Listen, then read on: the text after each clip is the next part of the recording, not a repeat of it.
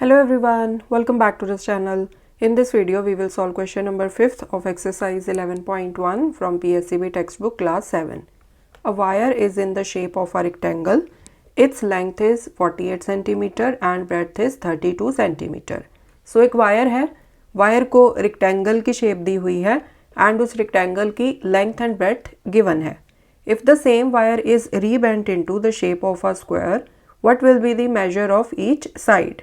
अब यहाँ पर उन्होंने ये दिया है कि अगर आप उसी वायर को एक स्क्वायर की शेप दे दो, पहले तो आपने उस वायर को रेक्टेंगल की शेप दी थी, अब आप उस वायर को एक स्क्वायर की शेप दे दो, तो आपने ये फाइंड करना है कि उस स्क्वायर की ईच साइड क्या होगी. Also find which shape encloses more area and by how much. And आपने ये भी बताना है कि जब आपने उस वायर को रेक्टेंगल की शेप दी थी एंड जब आपने उसको स्क्वायर की शेप दी थी, तो कौन सी शेप में ज़्यादा एरिया था, मतलब कौन सी शेप ज़्यादा एरिया एनक्लोज कर रही थी. ठीक है, एंड कितना ज़्यादा, बाय हाउ मच, वो भी बताना है. तो जिसका एरिया ज़्यादा होगा उसमें से जिस शेप का एरिया कम होगा उसको आप सब्ट्रैक्ट कर दो, तो उससे आपके पास ये आ जाएगा बाय हाउ मच. ठीक है, सो यहाँ पर देखो एक ही चीज़ इस क्वेश्चन में अंडरस्टैंड करने वाली है, बाकी क्वेश्चन बहुत ईजी है. आपके पास एक ही वायर है, ठीक है, तो पहले आपने उस वायर को ऐसे रेक्टेंगल की शेप दी हुई थी, राइट.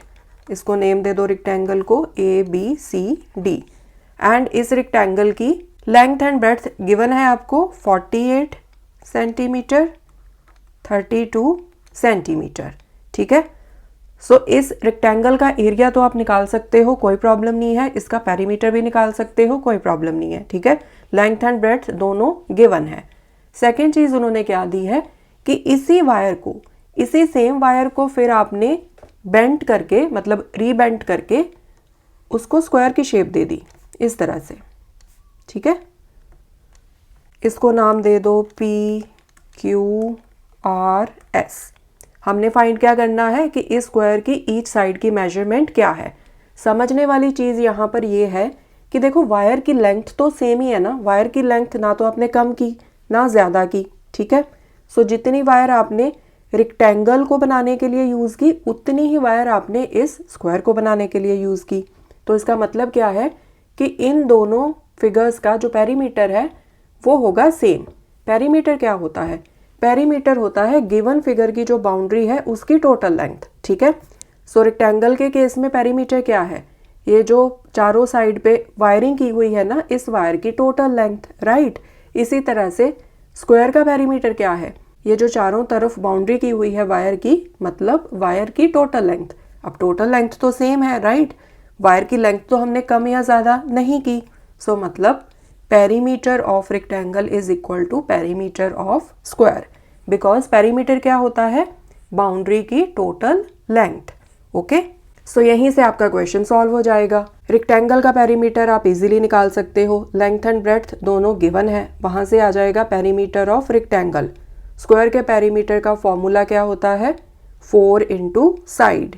सो रेक्टेंगल का पेरीमीटर 4 इंटू साइड के इक्वल होगा एंड वहां से आप साइड की वैल्यू निकाल सकते हो. ठीक है, एंड जब आपके पास साइड आ गई स्क्वायर की, फिर आप स्क्वायर का एरिया भी निकाल लो एंड फिर रेक्टेंगल एंड स्क्वायर दोनों के एरियाज को आप कंपेयर कर लो. ठीक है, सो इस तरह से आपने क्वेश्चन करना है स्टेप बाय स्टेप. पहले हम निकाल लेते हैं perimeter of rectangle is equal to 2 into bracket में length plus breadth. So 2 into length कितनी है? 48 plus breadth 32 equals to 2 multiply by 8 plus 2 10, 1 carry, 4 plus 3 7 plus 1 8. So this is equal to 160 centimetre. Okay, now perimeter of rectangle is equal to perimeter of square. ठीक है, यही हमने discuss किया था ना, क्योंकि वायर की लेंथ तो सेम रहेगी. सो देयरफॉर इन दोनों शेप्स का जो पेरीमीटर है वो सेम रहेगा. सो रेक्टेंगल का पेरीमीटर आप निकाल चुके हो 160, ये इक्वल रहेगा पेरीमीटर ऑफ स्क्वायर के. पेरीमीटर ऑफ स्क्वायर का फॉर्मूला क्या होता है? 4 into side. Side of square. So side क्या आ जाएगी 160 अपॉन 4। 4 को आप दूसरी साइड पे शिफ्ट कर दोगे ना इक्वल साइन के, तो ये डिनोमिनेटर में चला जाएगा। ओके, 4 1 ज़ा 4, 4 4 ज़ा 16, 4 0 ज़ा 0। So this is equal to 40। So therefore side of square is equal to 40 centimetre. Unit of measurement ज़रूर साथ में लिखनी है, विच इज़ सेंटीमीटर। साइड आप निकाल चुके हो स्क्वायर की, अब आप एरिया निकाल लो स्क्वायर का। Area of square is equal to side into side.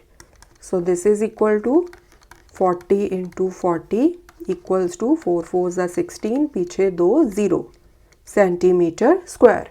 Centimetre square लिख लो या फिर स्क्वायर सेंटीमीटर लिख लो, ठीक है, इस तरह से। ओके, नाउ हमने इन दोनों शेप्स के एरियाज़ को कंपेयर करना है एंड ये बताना है कि कौन सी शेप का एरिया ज़्यादा है एंड कितना ज़्यादा है। तो एरिया ऑफ स्क्वायर हमने निकाल लिया, अब हम एरिया ऑफ रेक्टेंगल भी निकाल लेते हैं। Area of rectangle is equal to length into breadth, यही फॉर्मूला होता है ना। सो 48 को आप मल्टीप्लाई कर दो 32 के साथ, इक्वल्स टू 48 को 32 से मल्टीप्लाई कर लो।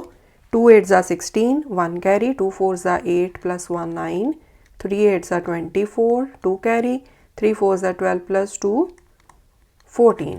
सो 6 9 प्लस 4 13, 1 कैरी 5 1। सो 1536 सेंटीमीटर स्क्वायर। सो कौन सी शेप का एरिया ज़्यादा है? स्क्वायर का। स्क्वायर का एरिया है 1600 सेंटीमीटर स्क्वायर, जबकि रेक्टेंगल का एरिया है 1536 centimetre square. So we will write square encloses more area by 1600 में से 1536 को सब्ट्रैक्ट कर दो, ये आएगा 64 सेंटीमीटर स्क्वायर। आप एरिया की बात कर रहे हो ना, तो साथ में आपने सेंटीमीटर स्क्वायर ज़रूर लिखना है, यूनिट ऑफ मेजरमेंट ज़रूर लिखनी है। ओके, सिंपली नहीं लिख देना कि बाय 64, मार्क्स कट जाएंगे अदरवाइज। ओके, सो स्क्वायर का एरिया रेक्टेंगल से 64 सेंटीमीटर स्क्वायर ज़्यादा है। ओके, अब आपका क्वेश्चन कंप्लीट है।